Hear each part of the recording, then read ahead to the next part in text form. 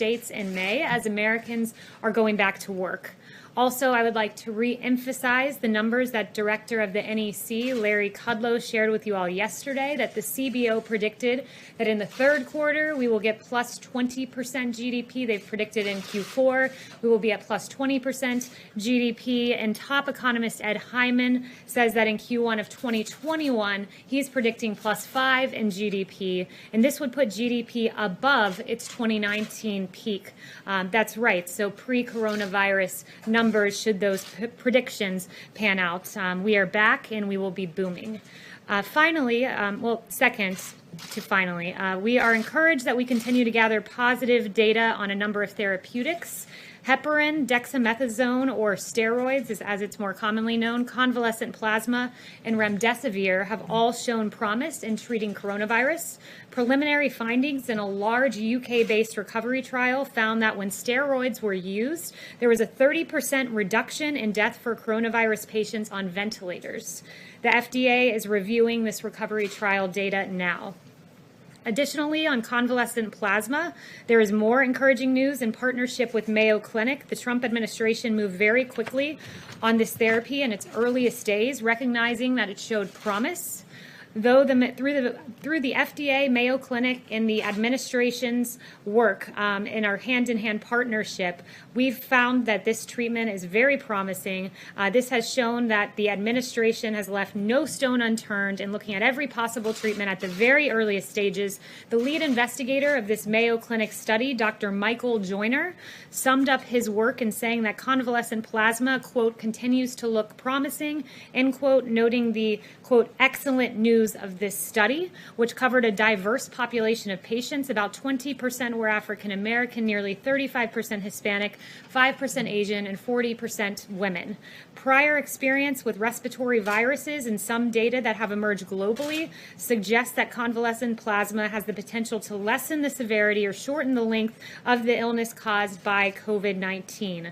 The results from Mayo underscore that promise. As you can see, the Trump administration and the FDA led on identifying convalescent plasma as a therapeutic, and the results are encouraging. Finally, I wanted to share some words from President Trump. Juneteenth reminds us of both the unimaginable injustice of slavery and the incomparable joy that must have attended emancipation. It is both a remembrance of a blight on our history and a celebration of our nation's unsurpassed ability to triumph over darkness. That ability is rooted in the fundamental goodness of America and the truths upon which we as a nation declared an end to our status as the subjects of a monarch and emerged as a free and independent people. Those truths that all men are created equal by the hand of God, endowed by our Creator with the right to life, liberty, and the pursuit of happiness. And with that, I'll take questions. Mario. Thank you, Kayleigh. I'm wondering, given what we're seeing in markets and they're a little bit jittery given a rise in cases, any reason why the coronavirus task force hasn't been coming out to update us? Will they? And then also, have they been consulted on the rally for tomorrow?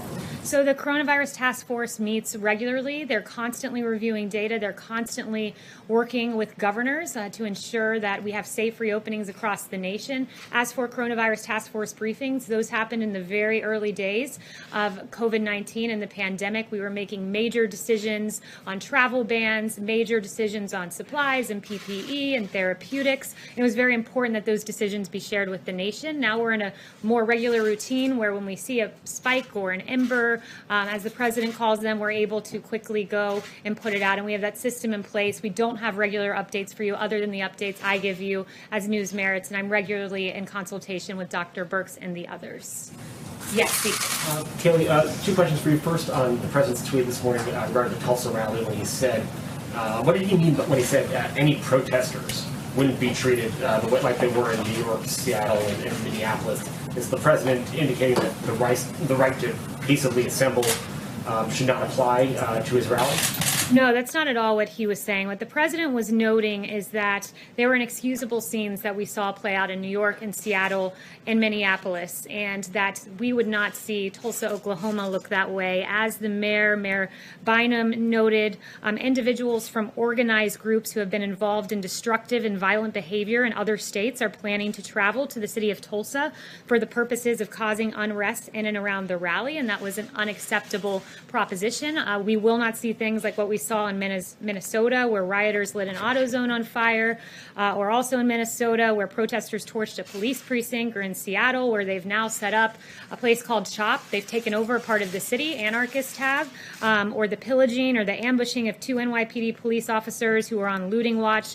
One was stabbed in the neck and then shot 2 other officers who later arrived on the scene. So those kinds of scenes are unacceptable, and we will not see that in Tulsa, Oklahoma. He doesn't mean all protesters? No, what he was meaning are violent protesters, anarchists, looters, the kind of lawlessness that we saw play out before President Trump came in with the National Guard and calmed our streets with law and order. And just a second question, sorry. On DACA, the president again tweeted this morning that he was going to move ahead with trying to end that program. What is the time frame on that? When should we expect to see something from the Department of Homeland Security on that? And why is the president doing that, even when he has conceded that he believes that the immigrants who were brought here as children on no fault of their own should be taken care of? So first, one note on DACA. One thing I would say about yesterday's ruling is that really this was a situation where you had all of the justices saying that President Trump was essentially right on the law on DACA. You had the majority, and the majority opinion, quote, "The dispute before the court is not whether DHS may rescind DACA. All parties agree that it may be rescinded. The dispute is instead primarily about the procedure the agency followed in doing so." So in other words, President Trump was right on the law here.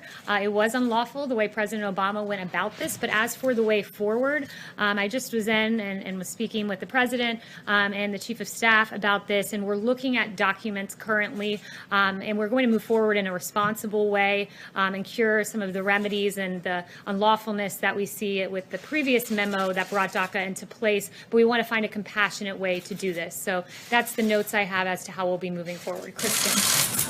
Thank you, Kayleigh. Now that we're about 24 hours away from this rally tomorrow in Tulsa, you have the World Health Organization director saying that the world is in a new and dangerous phase in terms of COVID cases. You have cases rising in Oklahoma. You have the Tulsa mayor declaring a civil emergency. Given all of this together, are there any discussions, any reservations within the West Wing about going forward with this indoor rally tomorrow in a state where COVID cases are on the rise? Well, first, let me note about the civil emergency. Bynum declared a civil emergency after law enforcement informed the mayor about the individuals from the organized groups that I just noted who are intent on engaging in destruction. But with regard to Oklahoma, I would refer you to Governor Stitt's comments. He said yesterday we went to phase 3 on June 1st, so we're 56 days into our reopening plan, and currently we have under 200 people in the hospital across Oklahoma, and he welcomed the president and his supporters for coming. I guess my question is, behind the scenes, are there any White House officials, just expressing a bit of reservation about going forward 24 hours out? So we are all on board with going to Oklahoma. We're taking appropriate measures like hand sanitizing and temperature checks and masks being provided at the door. But I'd also note to you from the governor of Oklahoma that he says that most of the cases he's seeing are in the 18 to 35 group, where they're seeing a slight increase, and they are asymptomatic individuals, a lot of what they're seeing. And in addition to that, I would also just note that he said that this slight increase was expected as they began to safely reopen 56 days prior. Jen, yes. So hopefully, I'll limit you to 20 questions today. How about that? Thanks, Kayleigh. Will any White House officials be at the rally tomorrow? There will be several White House officials at the rally tomorrow. Will those officials, or will you be there, for example? I will be there. Will you and other White House officials be wearing masks at the rally? It's a personal choice. I won't be wearing a mask. I can't speak for my colleagues. And why won't you wear a mask? Is it sort of a personal political statement? Is it because the president would be disappointed in you if you don't wear a mask?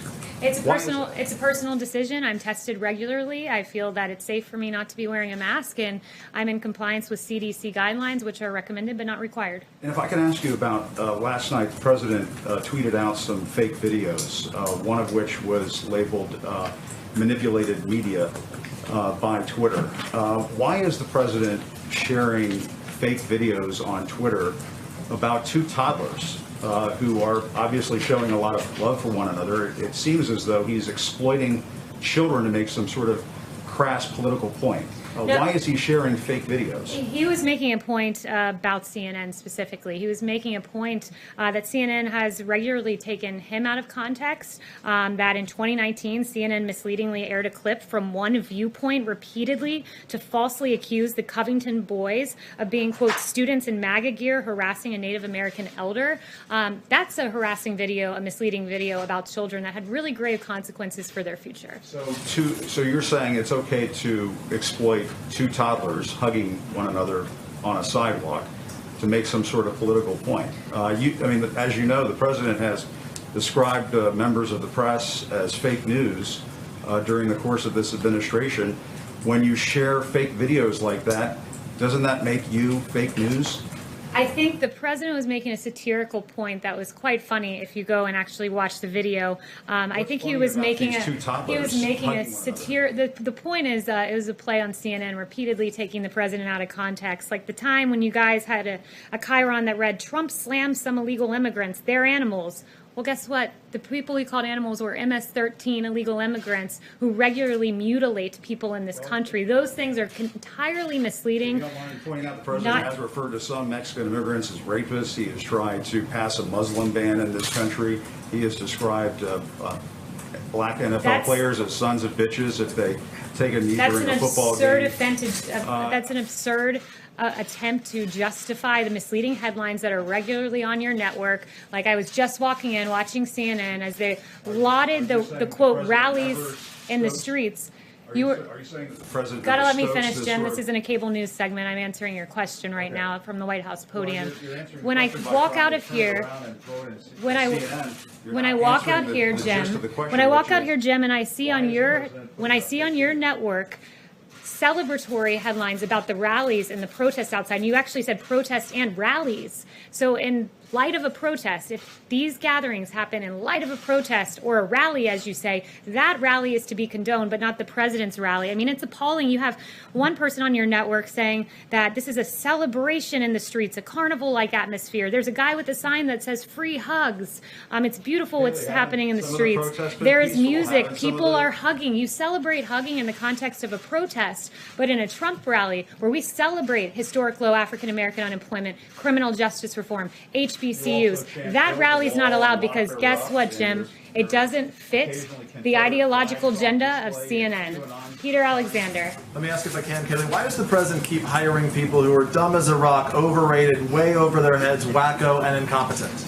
So the president makes hiring decisions based on the fact that he likes to have countervailing viewpoints. I spoke to him this morning about the hiring of John Bolton in particular, and he said, I like to counterbalance my own opinion with individuals that oftentimes have the very opposite opinion of my own. He likes the model of having a team of rivals, like what we saw in President Lincoln's administration. I've been a part of that. I often see rigorous debate, and the president uses his gut and makes the best decision as to how to move forward. So that's what goes into his hiring practices, and I think the team of rivals with President Lincoln worked quite well. There's obviously value in hiring a team of rivals. It's worked well in the past, but then if you're going to hire rivals, why hire rivals who are dumb as a rock, overrated, way over their heads, wacko, and incompetent? How does that help? Well, sometimes those rivals prove those labels to be true, and that's particularly true in the case of John Bolton, who repeatedly praised the president, then turned. He's been widely criticized by the New York Times for his book. I think John Bolton has proven himself to have those labels as true. Let me follow up. Just on Juneteenth, Kayleigh, it's important. If I can follow up quickly, just on Juneteenth, if I may. We're not going to get to everyone in the room. The 20-question rule applies to everyone. Yes. Okay. So I'll take the 20 questions if it applies to everyone. Then I've only done 2 so far. For my third one, I'd like to ask, does the president support Juneteenth as a federal holiday? And yesterday, in an interview with the Wall Street Journal this week, the president was speaking about Juneteenth, and he said that nobody had ever heard of Juneteenth. What does that say about the president's relationship to the black community if he would say that when millions of African Americans in this country commemorate it each year?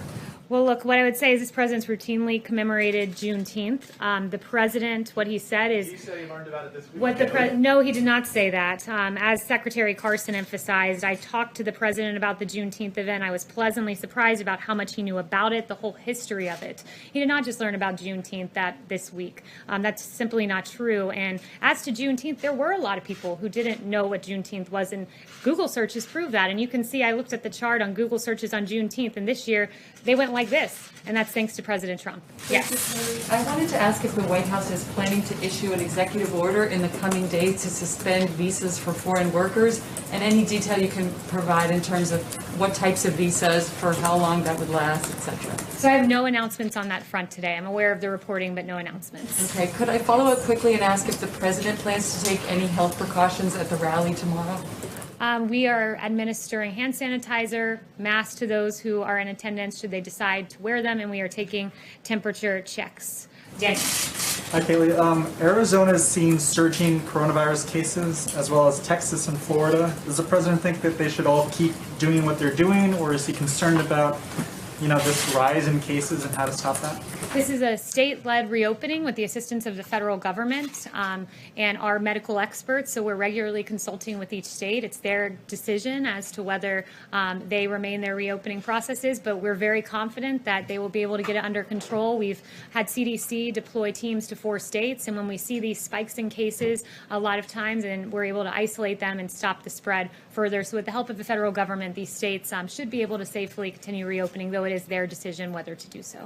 What does the president think of his niece, Mary Trump's new book that's coming out? Yeah, so on the Mary Trump book, what I would say is this. I haven't seen the book. The president hasn't seen the book, so I'm not going to sit here and speculate about what it may say or what it may not say. David. Given all the hoo-ha over Tulsa, isn't the president taking a big risk this weekend? Because if things go south on Saturday, isn't that going to make it harder for him to schedule rallies in the future? Look, I think that we are confident that we can operate safely in Tulsa. There are, as I noted at the beginning of this, Governor Stitt said under 200 people are in hospitals across Oklahoma.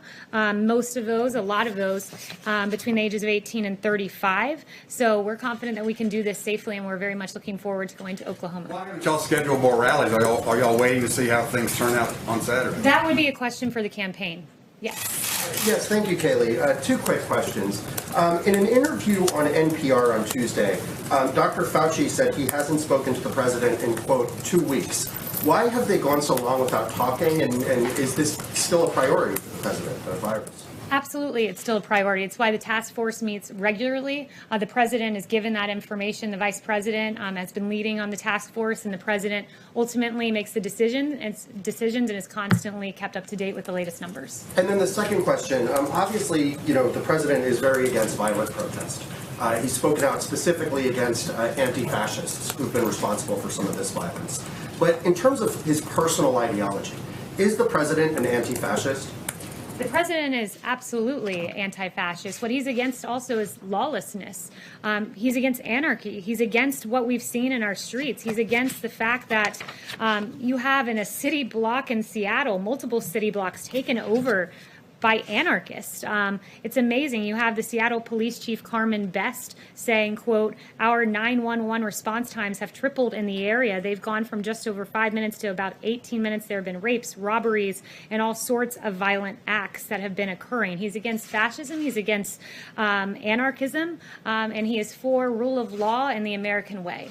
Christian. Thanks, Kayleigh. The EU nations are starting to ease their travel restrictions between their own borders. Is the president planning on rolling back the EU travel restrictions? He said back in May that he'll probably ease them out sometime in the future.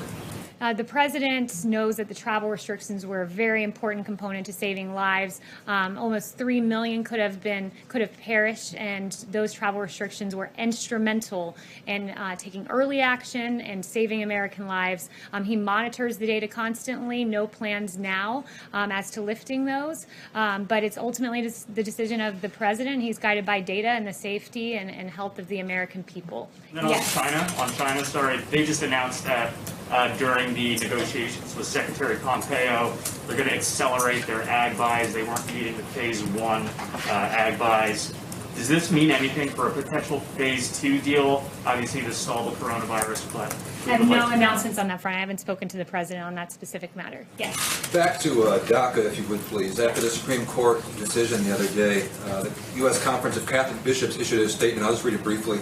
Next, we urge the President Trump, to strongly reconsider terminating DACA. Immigrant communities are really hurting now amidst COVID-19, and moving forward with this action needlessly places many families into further anxiety and chaos. Will the President consider the Bishop's appeal to this?